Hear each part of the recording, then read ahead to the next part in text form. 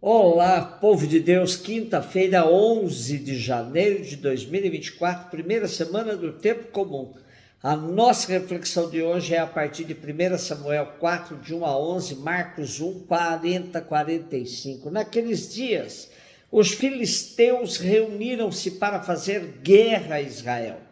Israel saiu ao encontro dos filisteus, acampando perto de Eben-ezer, enquanto os filisteus, da sua parte, avançaram até Afec e puseram-se em linha de combate diante de Israel. Travada a batalha, Israel foi derrotado pelos filisteus. Morreram naquele combate em campo aberto cerca de 4.000 homens. O povo voltou ao acampamento e os anciãos de Israel disseram: por que fez o Senhor que hoje fôssemos vencidos pelos filisteus? Vamos a Silo buscar a arca da aliança do Senhor, para que ela esteja no meio de nós e nos salve das mãos dos nossos inimigos. Então o povo mandou trazer de Silo a arca da aliança do Senhor Todo-Poderoso, que se senta sobre querubins. Os dois filhos de Eli, Hofni e Finéias, acompanhavam a arca. Quando a arca da aliança do Senhor chegou ao acampamento, todo Israel rompeu num grande clamor que ressoou por toda a terra. Os filisteus, ouvindo isso, diziam: que gritaria é essa tão grande no campo dos hebreus? E souberam que a arca do Senhor tinha chegado ao acampamento. Os filisteus tiveram medo e disseram: Deus chegou ao acampamento. E lamentavam-se: ai de nós, porque os hebreus não estavam com essa alegria nem ontem nem anteontem. Ai de nós! Quem nos salvará da mão desses deuses tão poderosos? Foram eles que afligiram o Egito com toda espécie de pragas no deserto. Mas coragem, filisteus! Portai-vos como homens, para que não vos torneis escravos dos hebreus, como eles o foram de vós. Sede homens e combatei. Então os filisteus lançaram-se à luta. Israel foi derrotado e cada um fugiu para sua tenda. O massacre foi grande. Do lado de Israel tombaram 30.000 homens. A arca de Deus foi capturada e morreram os dois filhos de Eli, Hofni e Finéias. Por trás de nosso texto de hoje tem um embate de dois modelos de organização social e política. De um lado, a proposta de organizar-se como tribos igualitárias e, por outro, as cidades-estado cananeias, como cidades independentes, com governo próprio e autônomo. Com o avanço dos filisteus, tais sistemas entraram em decadência, pois esse povo possuía o domínio do ferro e lutava com armas muito poderosas. A arca era uma espécie de sacramento da presença do Senhor que apoiava a luta das tribos por um sistema novo. Ela foi tomada pelos filisteus e esse fato mostra, por um lado, que o projeto de Javé já estava sendo corrompido pelos israelitas.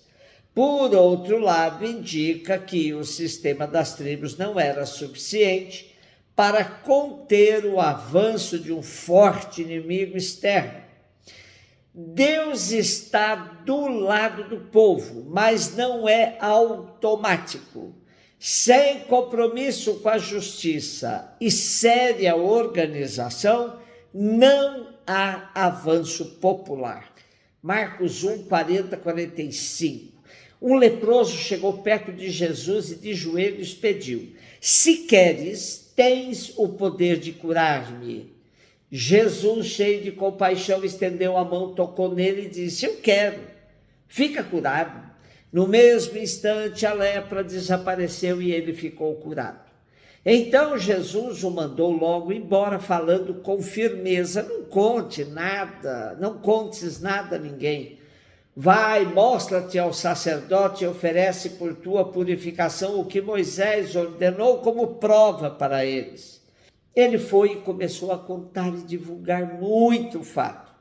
Por isso Jesus já não podia mais entrar publicamente numa cidade. Ficava fora, em lugares desertos, e de toda parte vinham procurá-lo. O que caracteriza a narrativa de Marcos é a sua simplicidade e objetividade. O Jesus apresentado por ele é o homem da vilazinha de Nazaré, o galileu, periférico, amigo dos pobres e misericordioso com os enfermos. Depois de 30 anos de vida oculta, ele começa sua peregrinação pelos lugares marginais de sua época.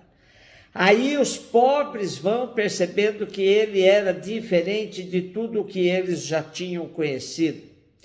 Um homem que lhe bastava tocar para ser curado. O leproso tinha certeza de que somente dependia da vontade de Jesus para sair definitivamente daquela situação humilhante em que vivia. Jesus agiu movido pela compaixão, que era uma das características mais comuns de Jesus, que sempre se comovia frente aos excluídos. A tradição do povo de Israel tinha determinado comportamentos rigorosos em relação à lepra, pois acreditava-se que era uma doença transmissível. Segundo o livro do Levítico, capítulo 13, quem declarava puro ou impuro um portador de lepra era o sacerdote. Enquanto estava restrita ao campo da saúde, a lei era compreensível na época, porém, não tardou para embaralharem as coisas e transformarem o que era assunto de saúde em questão moral. O impuro foi declarado também pecador. Como impuro e pecador, o leproso estava excluído da vida cidadã e do templo. Assim, a cura de Jesus era um resgate da cidadania do leproso nos dois sentidos, pois purificado podia ter vida ativa social plenamente. Praticamente era impossível cumprir o que Jesus havia dito ao curá-lo.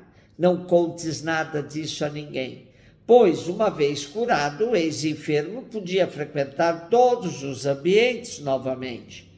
E com isso, a fama de Jesus tornava difícil a circulação livre e tranquila de Jesus na cidade. E em todos os povoados vinha gente procurar. É claro que tal relato nos leva a questionar sobre os excluídos de hoje, os declarados impuros por uma sociedade excludente e hipócrita.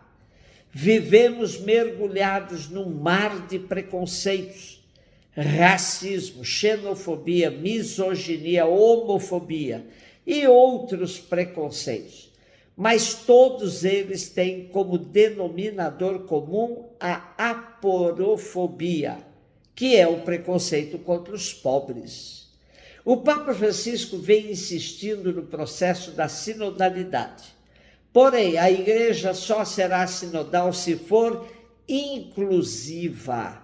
A aporofobia ameaça o processo de sinodalidade, pois sem a inclusão de todas as expressões de pobres, não haverá igreja sinodal. Igreja sinodal sem enfrentamento da praga da desigualdade social não passará de discursos vazios de uma comunhão que nem evangélica é. O preconceito contra os pobres também ameaça a democracia, porque viola a igual dignidade de todas as pessoas. A democracia e o processo sinodal só serão autênticos se forem inclusivos, como a prática de Jesus. Um beijo no seu coração.